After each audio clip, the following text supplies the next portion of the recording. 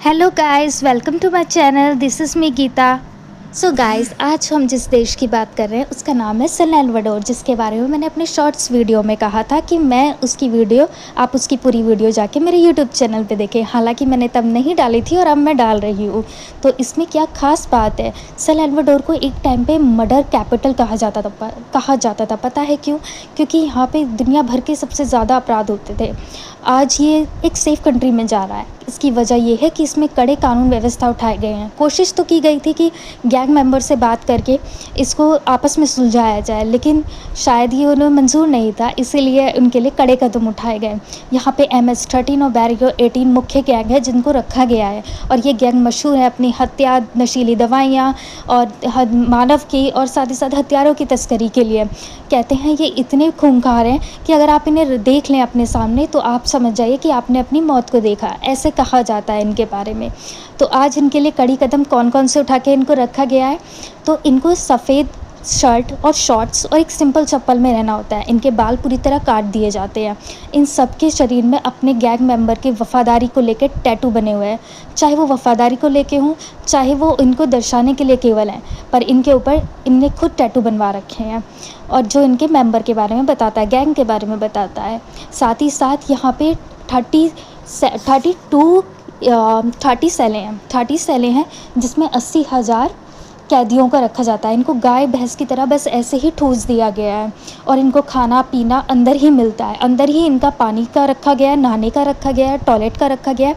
इनका बाहर कोई संबंध नहीं होता। कहते हैं एक बार जो इस जेल में आ जाता है वो रोशनी को नहीं देख पाता, और दिन रात कि सूरज की रोशनी को नहीं देख पाता। दिन रात यहाँ पे लाइट जलती है, जो कि वैसे लाइट जलती है, नॉर्मल लाइट।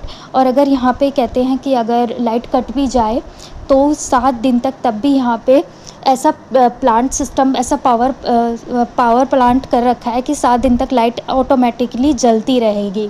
और यहाँ पे एक येलो लाइन खींची हुई है जो जिससे लाइन को पार करके गार्ड या कोई भी इंसान अंदर नहीं जाता है, क्योंकि ये खूंखार हो सकते हैं, ये हमला कर सकते हैं।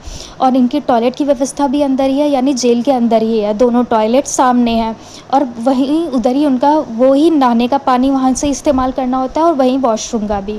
तो कहते हैं इनका बिल्कुल आत्मविश्वास पूरी तरह तोड़ दिया जाता है, और इन्हें सोने के लिए कोई चादर नहीं दी जाती। ये एक जैसे लोहे का रैक होता है ना, लोहे का जो बेड सा होता है, बिस्तर सा, उसमें इनको रखा जाता है।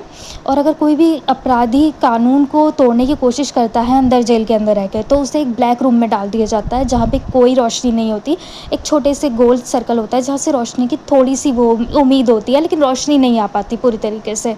और वहीं पे अंधेरे में उनका खाना पीना और वॉशरूम, और वहीं के अंदर ही एक पानी का व्यवस्था होती है। अंदर ही वो अंधेरे में जैसे यूज़ कर पाएँ वैसे यूज़ करते हैं। तो इसमें जो बाहर की तरफ जो सिक्योरिटी करी गई है उसमें नुकीले तार लगा रखे हैं, और स्पेशल बहुत सारे गार्ड सिक्योरिटी निगरानी के लिए रखी गई हैं, और छोटे छोटे पत्थर बिछा रखे हैं जिससे कोई भी भागने की कोशिश करे तो उसकी पैरों की आवाज़ से वो पकड़ा जाए।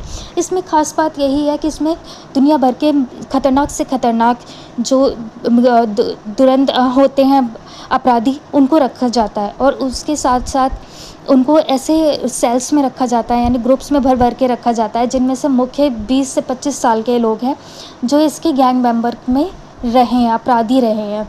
तो लेकिन कुछ अपराधियों से बात करने के बाद पता चलता है कि उन्हें पछतावा हो रहा है अब उनके काम से जो उन्होंने किया है, लेकिन ये सज़ा उन्हें भुगतनी पड़ेगी क्योंकि ये उनका कर्म का फल है। तो गाइस, अगर आपको और इस बारे में जानना है तो बहुत अच्छी अच्छी वीडियोस हैं यूट्यूब पर, आप जाइए, जानिए, गूगल पर देखिए इसके बारे में, और समझिए, आपको शायद मज़ा भी आए। तो मेरी तरफ से इतना ही। बाय। शायद मैं आपको अच्छा समझा पाई हूँ, और पता नहीं कैसा होगा, आप खुद देखना और खुद ही जज करना। बाकी बाय गाइस, टेक केयर।